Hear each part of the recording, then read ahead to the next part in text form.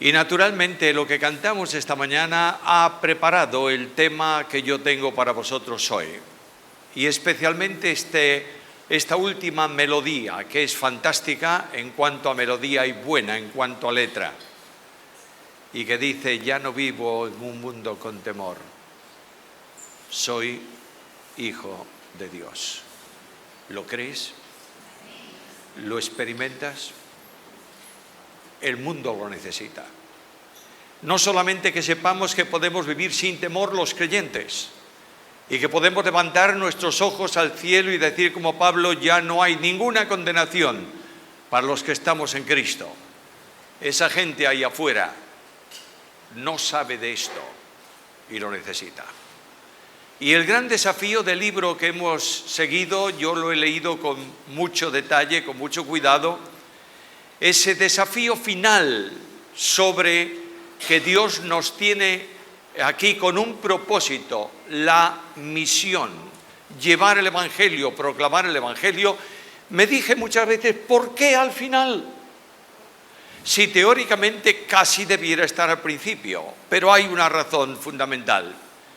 Hemos experimentado la grandeza de un Dios que tiene un propósito para nosotros y que lo va a ejecutar dentro de la familia de Dios, de la casa de Dios. Pero este Dios desafía a su pueblo a cumplir lo que Cristo determinó, la gran comisión. Y en Juan capítulo 17 y versículo 18 tienes la determinación absoluta de Cristo en cuanto a misión. Y dice el Señor en la oración a su Padre: como tú me enviaste al mundo, así yo los he enviado. Lee con calma el pasaje. Notarás que Cristo está dialogando con el Padre sobre la obra o la consecuencia de la obra que él iba a hacer. Le había dado el Padre un tiempo para hacerlo y había ejecutado la obra. Y como siervo comparece delante del dueño que le ha enviado y le dice: he acabado la obra que me diste que hiciese. Ahora, Padre, esa obra va a traer un resultado, porque estos que están conmigo van a predicar el Evangelio y muchos van a creer en ti por la palabra de ellos. Y yo quiero decirte qué cosa quiero para ese pueblo. Y notad que está hablando siempre en futuro. Y comienza diciendo: Padre, yo quiero un pueblo que viva no de religión, sino de vida nueva. Y la vida eterna es que te conozcan a ti, el único Dios verdadero, y a Jesucristo, a quien tú has enviado. Y va desarrollando el capítulo, y hay 10 cosas que Cristo establece para su iglesia en oración con el Padre. Y es notable observar que a veces hay algunos que dicen que la iglesia no está en los evangelios, que la iglesia comienza a estar presente a partir de Hechos capítulo 2. No han leído el capítulo 17 de Juan. En ese capítulo Cristo dice: yo quiero que sean así, que no sea un pueblo religioso, que sea un pueblo comprometido, que viva tu palabra. Y va desarrollando todo esto hasta que al final habla del amor, que es el resultado de la acción del Espíritu Santo en la vida del creyente. Y todo esto lo presenta como algo que se va a producir. Está hablando prácticamente en futuro y diciendo al Padre esto y lo otro y lo otro. Menos en este versículo, que dice: Padre, esto ya lo hice. Como tú me enviaste al mundo, así también yo los he enviado. Y es una acción completa. No simplemente dice: los envié, dice: los he enviado definitivamente. Y en esta acción definitiva Cristo establece la gran comisión. De esto quiero hablaros esta mañana. Es el desafío del retiro. Necesitamos llevar el mensaje y decirle al mundo: tú puedes ser un hijo de Dios. Cuando leo el versículo encuentro 3 cosas. Primeramente, la misión. En segundo, la concienciación. Y en tercer lugar, la determinación. Primeramente, la misión. Las palabras de Jesús son claras. El Señor Jesús establece un mandamiento, puede hacerlo porque es el Señor. Pero Cristo no ordenó nunca nada a los suyos que primeramente no hiciera Él. Ábrese el libro de Hechos, capítulo 1 y versículo 1, y Lucas dice las cosas que Jesús comenzó a hacer y a enseñar. Es muy fácil enseñar. Yo puedo reunirme con algunos y decirle, mira, la vida cristiana es esto y lo otro y lo de más allá, ahora vete y hazlo. Pero necesito hacerlo yo. Si yo no hago lo que enseño, automáticamente mi enseñanza está distorsionada, porque es una enseñanza teórica. Jesús comenzó a hacer, y de eso que Él hacía, enseñaba a los suyos. Así que, cuando Juan fue encarcelado, dice el Evangelio, vino Jesús a Galilea, ¿haciendo qué? Predicando el Evangelio del reino de Dios. Los judíos esperaban el reino y esperaban la venida del Mesías para establecer el reino. Lo que pasa es que ellos esperaban un reino limitado, histórico, un reino en el que Cristo estuviese como Mesías reinando en Jerusalén y las naciones todas de la tierra trajesen sus ofrendas y su pleitesía al Rey de Reyes en Jerusalén, y ellos pensaban que eso era el reino. Cristo viene predicando el reino de los cielos ahora. Y esta misión de Jesús de evangelización proclamaba la buena noticia. David nos decía en la introducción el primer día que esta es la buena nueva. El Evangelio es la gran noticia que el mundo de hoy necesita. Es verdad que muchos rechazarán el mensaje, pero quiero deciros que no hay otro mensaje. Y quiero deciros que no hay más esperanza que la que aporta el mensaje del Evangelio de la gracia. Ahora notad algo más. ¿Quién está enviando? Como tú me enviaste, yo los he enviado. El que envía es el Señor. Y no olvidemos que el Señor es el que tiene toda la autoridad para hacerlo. Voy a la epístola de Pablo a los Filipenses, capítulo 2, versículos 9 al 11, y leo estas palabras. Por lo cual recibió el nombre que es sobre todo nombre, para que en el nombre de Jesús se doble toda rodilla de los que están en el cielo y en la tierra y debajo de la tierra, y toda lengua confiese que Jesucristo es el Señor. El Señor, por tanto, tiene autoridad para hacerlo, y tiene toda autoridad, entre otras cosas, por derecho de redención. Voy a la carta del apóstol Pedro, capítulo 1, versículos 18 al 20, y allí están estas palabras: sabiendo que habéis sido rescatados de vuestra vana manera de vivir, la cual recibisteis de vuestros padres, no con cosas corruptibles como oro o plata, sino con la sangre preciosa de Cristo, como de un cordero sin mancha y sin contaminación, ya destinado, ya predestinado desde antes de la fundación del mundo. Cristo viene al mundo, Cristo entrega su vida, Cristo vierte su sangre en el sentido de dar su vida, y con eso paga el precio de nuestra redención. Y cuando Cristo nos alcanza por medio del Evangelio de la gracia y nos recibe como Salvador personal, automáticamente hemos dejado de ser nuestros para pertenecer a Dios. Antes éramos esclavos del pecado. Y dice el apóstol Pablo que por esa obra hemos sido liberados del pecado y hechos siervos de la justicia. Pero algo más. Pablo se enfrenta con una iglesia llena de problemas. Cuanto más leo esa carta, más me sorprende. Esa iglesia de Corinto, si a mí me dicen, ven a trabajar en una iglesia así, le digo, no, muchas gracias. Esa iglesia es tremenda, hay de todo dentro de la iglesia. Y uno de los peores problemas, ¿sabéis lo que es? Yo tengo derecho. Y estos que tienen derecho se van a comer al templo de los ídolos sin tener en cuenta la conciencia débil de un hermano, lo escandalizan y hace que él practique lo que no quería practicar, porque yo tengo derecho. Ayer se dijo, quiero reiterarlo también hoy, no tenemos derechos, porque no somos nuestros, porque Dios nos ha comprado y nos ha hecho sus siervos, y el único derecho que realmente yo tengo, ¿sabéis cuál es? Servir al Señor. He dicho muchas veces esto, permitidmelo que lo reitere una vez más. Toleradme esto, por favor. La Iglesia de Cristo está sobrada de grandes y está necesitada de siervos. Todo el mundo quiere tener un título honorífico que le aplauda o le eleve o le ensalce en una gran conferencia. No somos más que siervos.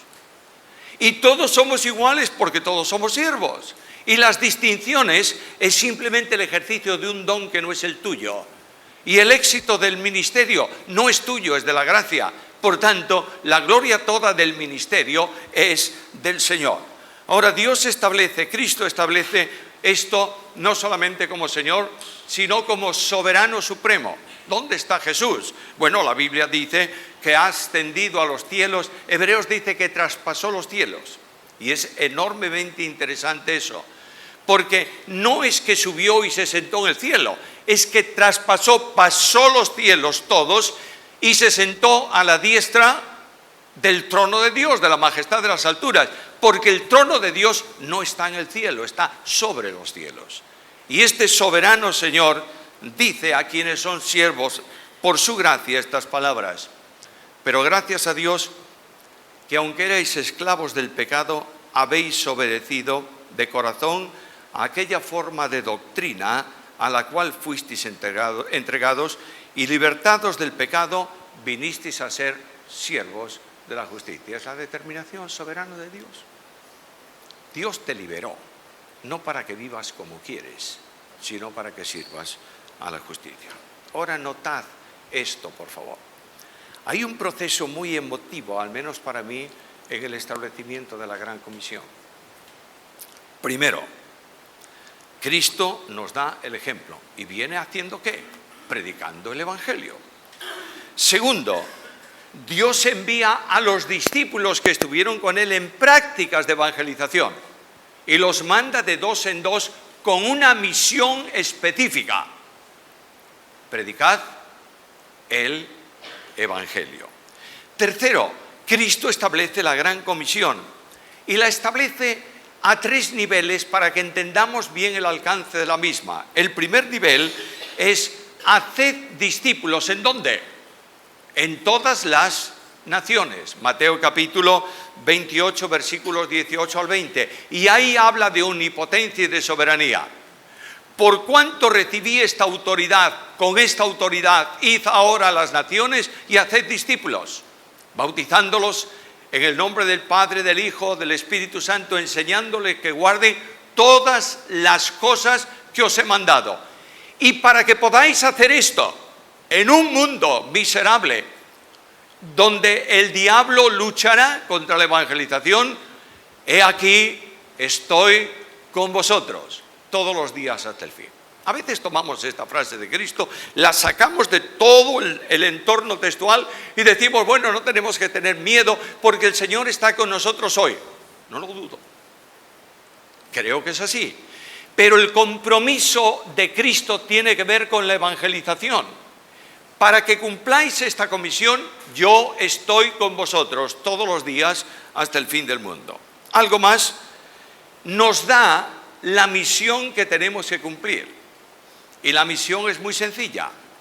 Id por todo el mundo y predicad, ¿qué cosa? El Evangelio, con artículo determinado, no un Evangelio.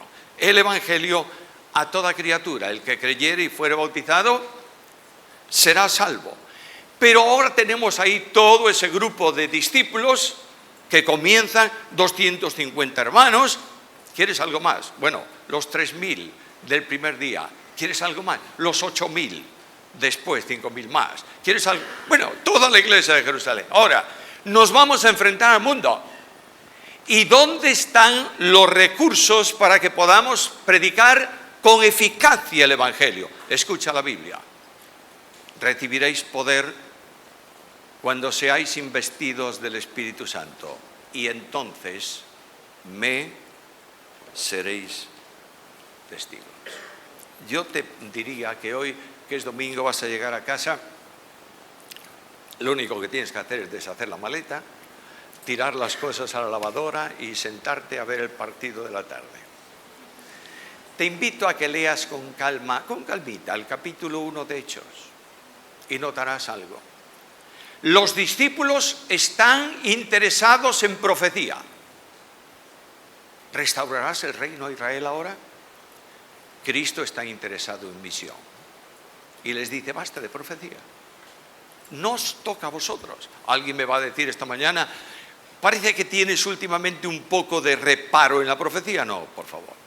Amo la profecía, creo en la profecía.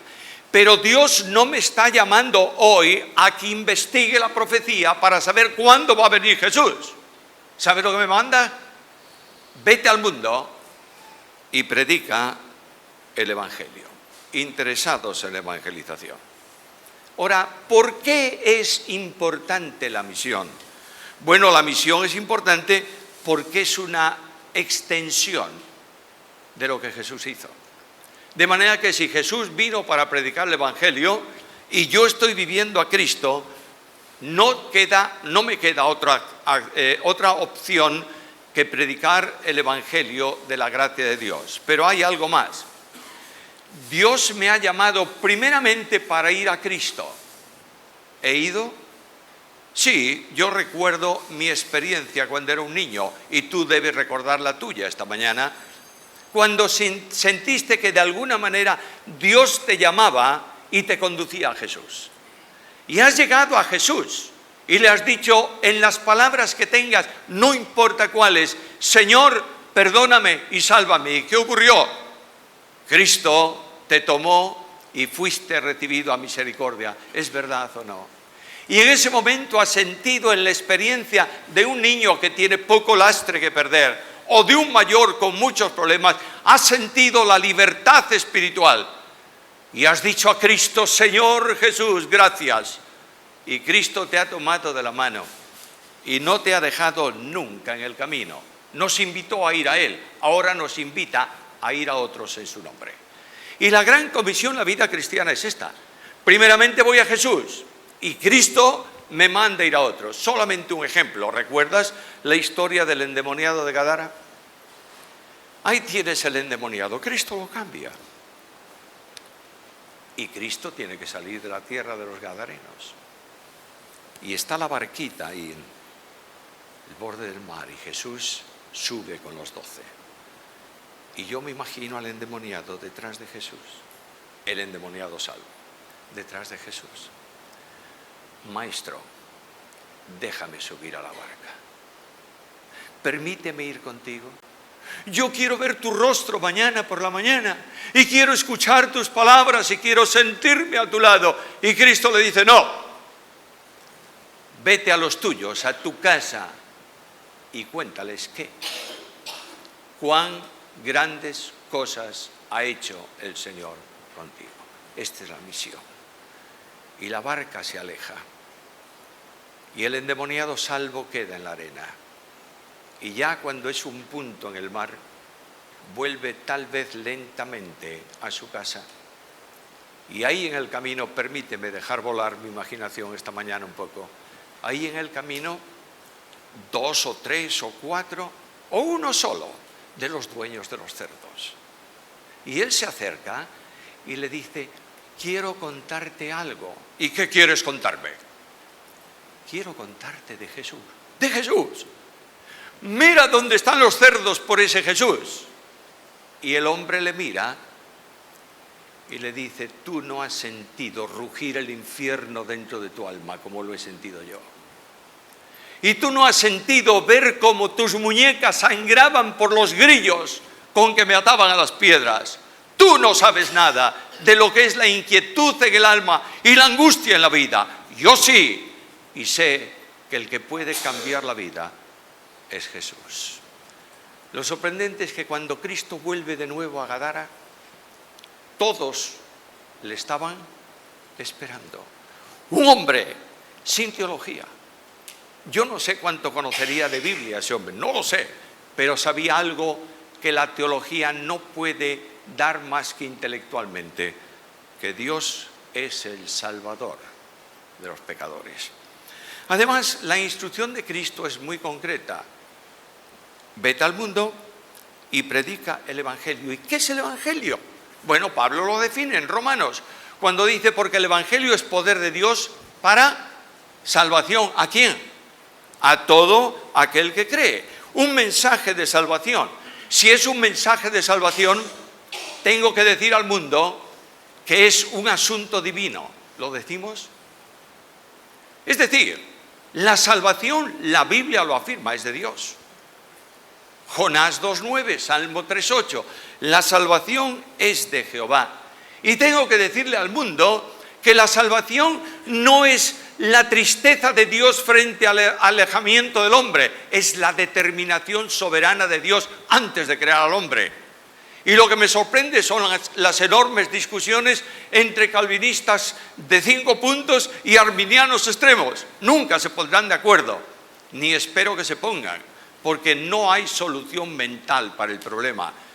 Pero quiero deciros que Dios soberanamente, antes que el hombre pecase, estableció un camino de salvación. ¿Lo crees? Algo más. El mensaje que tengo que predicar, por favor, escuchadlo bien. Es un mensaje bíblico. ¿Por qué? Porque Pablo habla de que lo que él predicaba era la palabra ¿de qué? La palabra de la cruz, la doctrina de la cruz. Y este mensaje tiene un propósito para salvación. ¿A quiénes? A todos los hombres. Es verdad que en algunos lugares del Evangelio leemos que Cristo murió por algunos, pero yo tengo un versículo que resume las dos verdades. Cristo murió por todos, especialmente por los que creen, naturalmente que sí.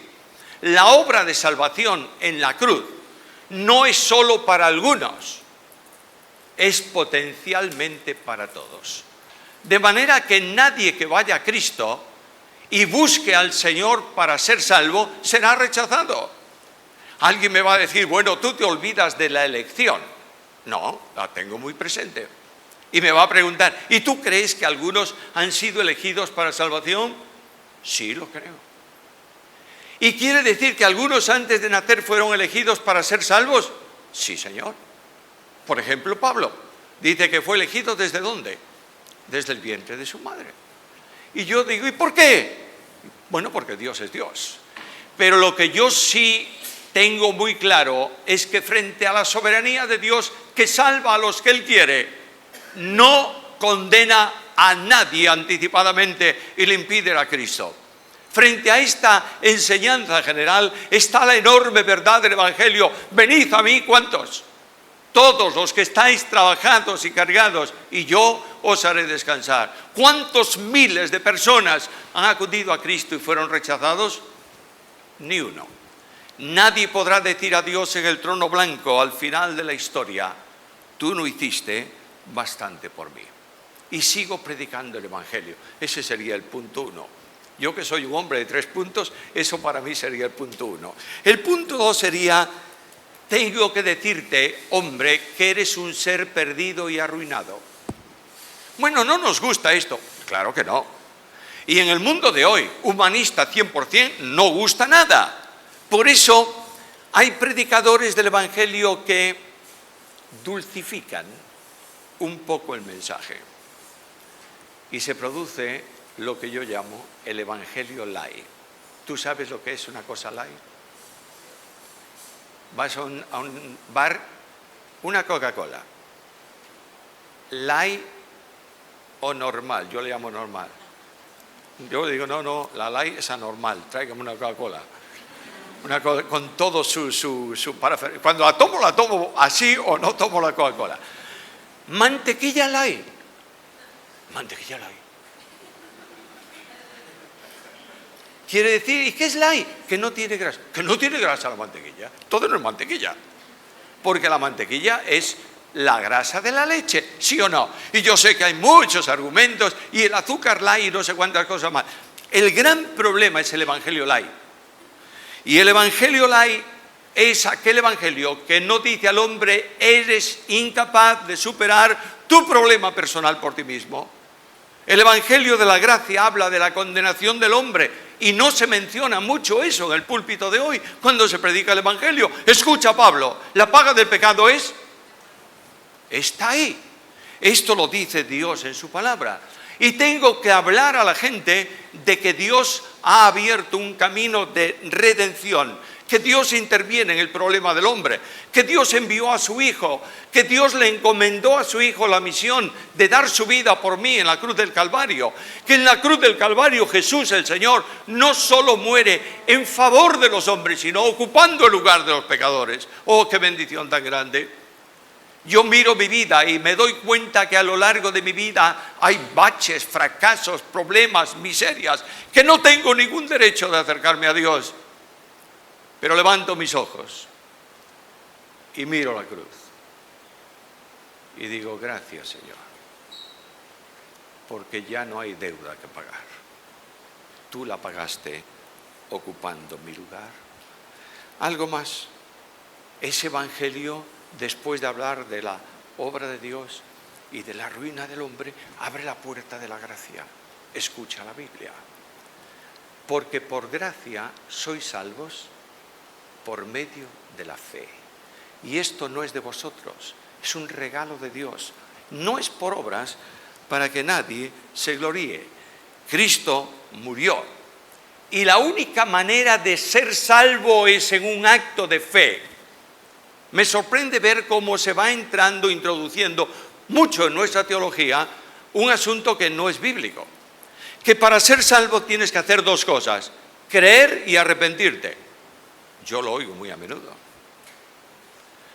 Para ser salvo tienes que creer. El arrepentimiento, que es un cambio de mentalidad, solo es posible en la regeneración. De modo que yo creo, ¿qué fue lo que dijo Pablo al carcelero de Filipos?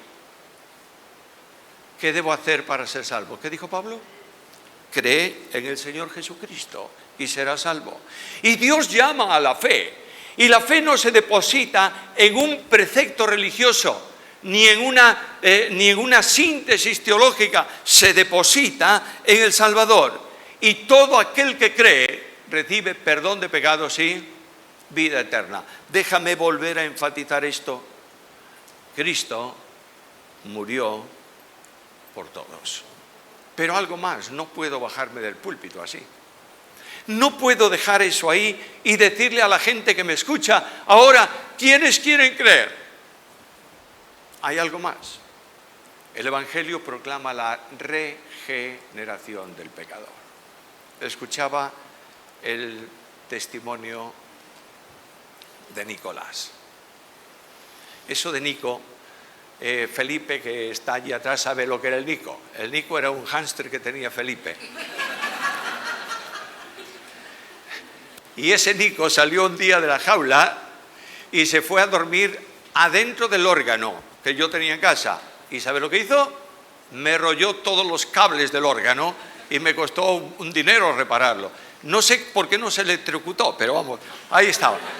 Bueno, Nicolás nos dio su testimonio. Y lo que él nos decía es que Dios cambió su vida, ¿es así? La regeneración forma parte incuestionable de la salvación. No tengo que hacer yo después esfuerzos para ver si indudablemente tengo que ocuparme de mi salvación con temor y temblor. Pero el Espíritu de Dios cambia completamente a la persona colocando a Cristo en esa vida. Y colocando a la persona en Cristo. ¿Lo entiendes bien? Es fácil ser imitador de un cristiano. Es difícil ser cristiano.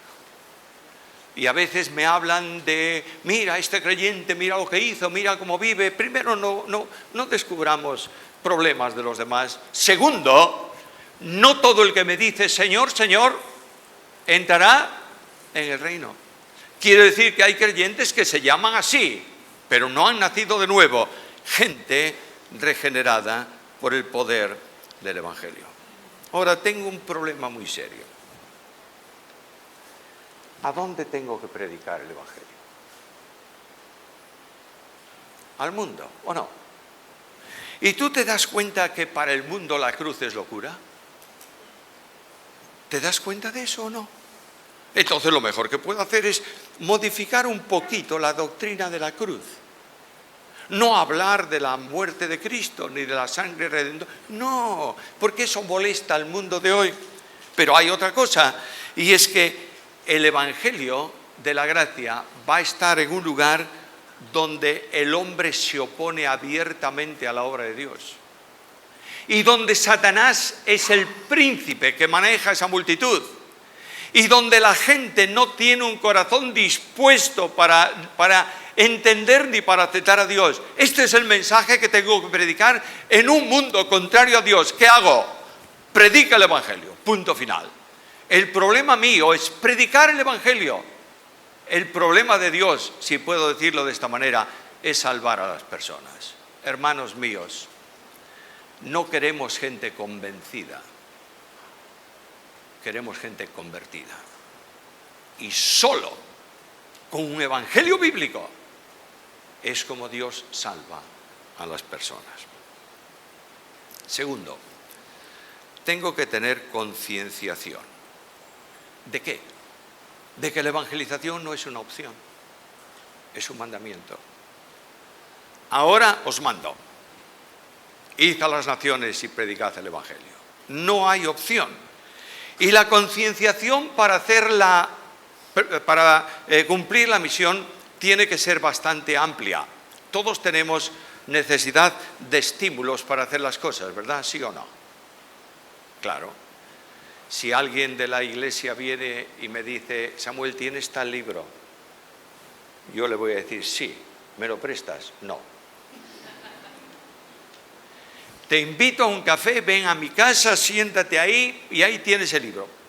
Toda la tarde y toda la semana y pasa, pero llevártelo no. Bueno, es que solamente quiero ver el capítulo 4. Bueno, yo te voy a fotocopiar el capítulo 4 y te lo doy. ¿Y por qué? Muy sencillo. Hay un estímulo insistente para que te dejen el libro porque tú quieres leerlo. Terminado el estímulo de la lectura, tienes que tener otro estímulo. ¿Cuál? Devolverlo. Y ese estímulo es muy raro. De modo que el libro se quede en la mesilla de noche tuya y van pasando las semanas y dice, qué vergüenza el libro de Samuel aquí. Y al cabo de un tiempo te escapa la persona en el pasillo de la iglesia, se va por el otro lado. ¿Pero qué daño le he hecho yo? Es que tiene que devolverme el libro. Yo tengo que tener un estímulo para la evangelización. Y el único estímulo es vivir a Cristo, señores. Porque la evangelización está enraizada en el alma de Jesús. Y cuando yo vivo a Cristo, el estímulo para predicar el evangelio lo tengo en mí mismo. El Espíritu Santo reproduce el carácter, el pensamiento, la orientación de Jesús en mí. Y Cristo fue un predicador del evangelio porque dice él, para esto he venido. Y su propósito, ¿cuál era el propósito de Jesús? Escucha la Biblia. El Hijo del Hombre vino para buscar y salvar lo que se había perdido. Buscar y salvar. ¿Quién? A los perdidos. ¿Lo hacemos? Nosotros somos muy creyentes de Iglesia Unida. A ver si me podéis entender lo que quiero decir. Estamos en la iglesia para nosotros más iglesia de la ciudad. Y nos encanta un retiro como este, y el culto de la mañana, buena alabanza, y tienes un folleto en tu automóvil para que cuando pones gasolina se lo des al que te sirve. ¿Has dicho alguna vez a la viejecita del segundo piso que baja muy cansada las escaleras y tú la ayudas? Le has dicho, Cristo la ama. A tu compañero de universidad que te propone alguna de las cosas típicas de la juventud, le has dicho, yo no puedo porque vivo a Cristo. Eso es predicar el evangelio. Y nosotros necesitamos un pueblo comprometido con la evangelización, alcanzando a otros para Cristo. Y tengo que concienciarme de una segunda cosa, el amor de Cristo. Y cuando voy a la Biblia me doy cuenta que el amor de Cristo conduce a Dios a salvar al hombre. Y Cristo viene a dar su vida, ¿por qué? Por amor de vosotros. Escucha la Biblia. Conocéis la gracia de nuestro Señor Jesucristo, que por amor de vosotros se hizo pobre, siendo rico, para que vosotros con su pobreza fueseis enriquecidos. La cruz de Cristo, el silencio del crucificado, la angustia de Getsemaní, es la expresión sublime del amor de Dios en el corazón de Cristo, buscando a los perdidos. Cristo ve un día una gran multitud. ¿Qué era esa multitud para los discípulos? Un problema. Y ahí tienes, Señor, mándalos de una vez. Se está haciendo noche, mira la distancia que tienen, lárgalos. ¿Qué eran para Jesús? Escucha la Biblia. Y levantando sus ojos vio la multitud, que era como ovejas que no tenían pastor. ¡Qué diferencia! El corazón de Cristo sintiendo inquietud por los perdidos. Tengo que concienciarme también del tiempo actual. Pablo dice aquí hoy es el día de la gracia. Pero dice hoy, voy a la carta a los Hebreos donde más o menos se repite lo mismo y vuelve a estar el hoy. Hoy es el día de la gracia. Y mañana no lo sé. No sé si Dios va a llevarme y ya no puedo predicar, pero hoy es el día de la gracia. Por tanto, hoy tengo que llevar el Evangelio a todos los necesitados. Hay una ilustración muy importante en el segundo libro de los Reyes, en el capítulo 7, en donde hay unos leprosos que quedan fuera de la ciudad porque no podían estar en la ciudad, y por el otro lado están los sirios, y ahí hay un lío y los leprosos en el medio.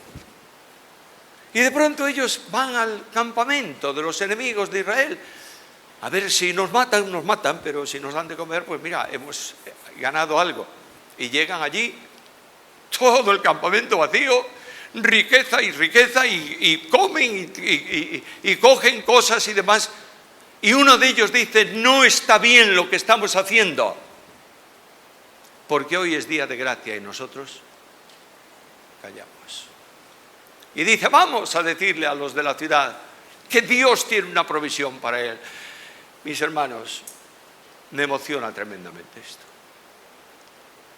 Hoy es el día de la gracia y nosotros callamos. Tenía una entrevista hace relativamente poco tiempo con un joven que vino a verme y estábamos ahí sentados en el despacho y él me estaba hablando de cosas que quería hacer. Yo le dije, vamos a ver una cosa, ¿tú tienes a Cristo en tu vida como Salvador personal? Bueno, no estoy muy seguro. Bueno, vamos a comenzar por ahí. Qué hermoso es ver llegar a una persona a Jesús.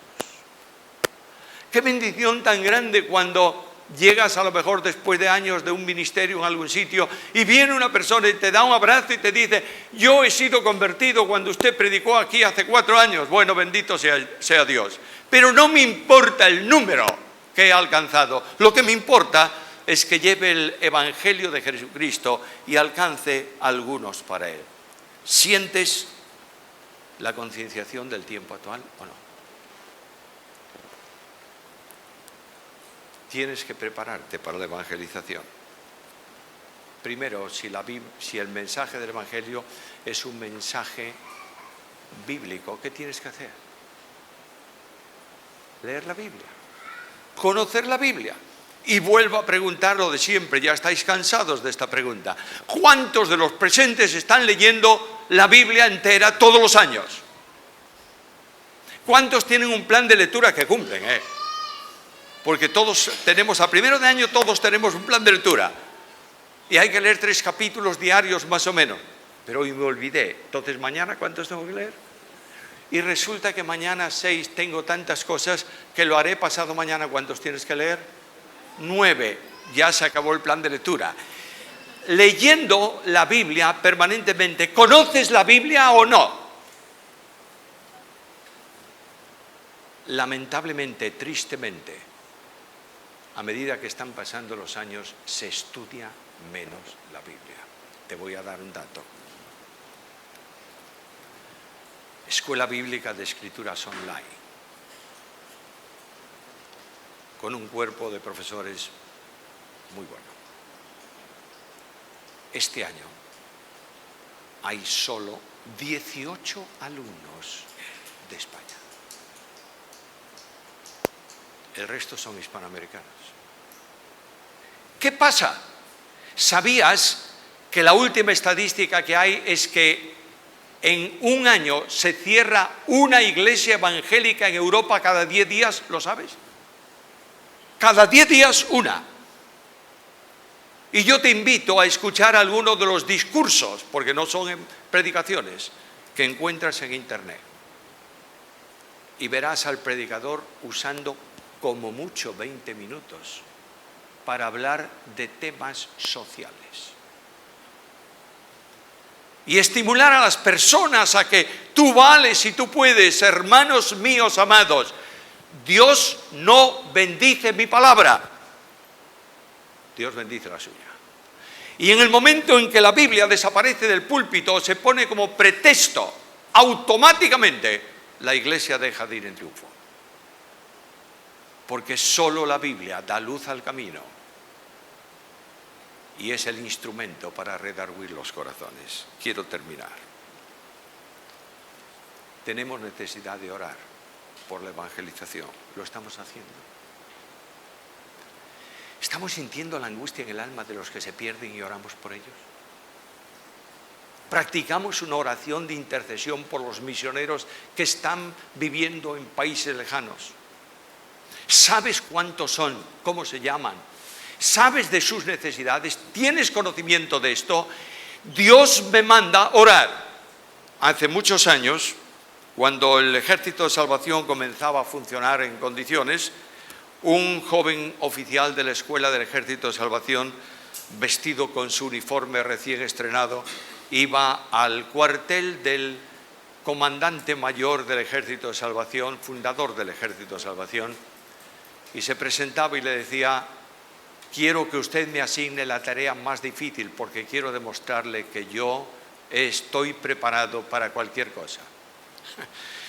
Y el mayor del Ejército de Salvación ni levantó la cabeza, le dijo: ahí detrás está un mapa de Londres, marca un punto y abre una obra. Y él fue al mapa y buscó los barrios bajos y dijo: aquí. Y el mayor del ejército le dijo: muy bien, ¿qué necesitas? Bueno, alquiló un localcito, abrió su puerta y la banda del Ejército de Salvación iba todas las noches, calle arriba y calle abajo, tocando marchas del Ejército de Salvación. El primer día, ¿cuántos entraron? Ninguno. Y al cabo de unos cuantos días no había banda en la calle. Y él tomó un acordeón y trataba de tocar algo en la puerta. ¿Cuántos entraron? Ninguno. Y volvió al mayor y le dijo: he fracasado, vengo a decirle que no sirvo para esto. Y él le dijo: cuéntame qué has hecho. Y él le explicó con detalle el programa. Y el mayor le dijo: te falta solo una cosa. Vuelve allí y ora. Y aquella noche un oficial del ejército con su vieja acordeón, llorando en la puerta del local, cantaba aquel himno: vives triste y angustiado, buscas tu solaz, ven a mí, te dice Cristo, y haya paz. Y una mujer entró aquella noche y una mujer dio su vida a Jesús. Todavía hoy hay una iglesia en ese lugar. Hermanos míos, ¿tenemos que orar por muchas cosas? Sí, seguro que sí. Por nuestros hermanos también, por los exámenes de no sé qué. Tenemos que orar. Tenemos que orar por las almas que se pierden, por favor. Yo creo que es una de las asignaturas pendientes en mi vida y pendientes en la Iglesia Unida. De volcarnos de rodillas y llorar y decir a Dios: Señor, por favor, para gloria de tu nombre, salva almas en esta ciudad. Por último, la determinación. Se nos exhortaba ayer a entender que cuando tú quieras ajustar tu vida a algo correcto, tendrás que pagar un precio. No es fácil. Dios a veces demanda cosas que nosotros ni siquiera podríamos suponer, pero lo hace para llevar a cabo la misión. Estoy horrorizado personalmente de la situación del mundo de hoy. No soy capaz de imaginar lo que va a pasar dentro de... ¿Cuántos? Nada. Toda esta historia de la ideología de género, del feminismo no bíblico, de la basura, está saturando el mundo. Y lo triste es que está entrando en nuestra mente personal. Yo ya no digo diferencia de sexo. ¿Sabe lo que digo? Diferencia de género. Y esto no es bíblico. Y el mundo nos está atrapando. Y frente a una situación como esta, tengo que estar dispuesto a sufrir por Jesús. Y a dar mi vida, si es necesario, para proclamar el Evangelio. Hace años, bastantes años, 5 hombres profesionales de primerísimo nivel, ingenieros, pilotos avanzados, salían una mañana de la estación misionera de Arajuno para aterrizar, si podían, en la playa del río Curaray y predicar el Evangelio a los guaronis. La avioneta hizo 5 vuelos aquella mañana para dejar primeramente unas latas, un techo de hojalata para poner en los árboles y que no les lloviera encima. Era la época de la lluvia. Y por fin llegó el momento en que iban a comenzar a transportar a los misioneros. Esa avioneta fue la primera avioneta de la que recibió después el nombre de Alas de Socorro. Y aquella avioneta chiquita iba a empezar a volar e iba a llevar a los misioneros para alcanzar a estas personas ahí en la selva. Y ahí los 5 matrimonios se tomaron de la mano alrededor de la avioneta, oraron y cantaron. Por fe yo voy sintiendo mi flaqueza, mas en tu gracia apoyado estoy, en tu poder está mi fortaleza, descanso en ti. Y en tu nombre voy. No volvieron a sus esposas nunca. Fueron muertos en la orilla del río. Pero esas 5 muertes abrieron paso a la evangelización de tribus en donde se adora a Dios y se alaba su nombre. Tu vida no es tuya. Cristo la compró. Y yo quiero preguntarte, ¿qué vas a hacer frente a esta demanda esta mañana? Y después de esto, ¿qué? Y tú tienes la responsabilidad, yo también, esta mañana, de decir al Señor, Señor, aquí estoy, para cumplir la misión, para llevar el Evangelio a toda criatura. Sueño con una iglesia grande, por supuesto que sí. Sueño con una iglesia edificada sólidamente, también es verdad. Sueño con una iglesia que pase a la historia, porque ha sido instrumento para alcanzar a miles de personas de nuestra ciudad con el Evangelio de Jesucristo. A Él la gloria.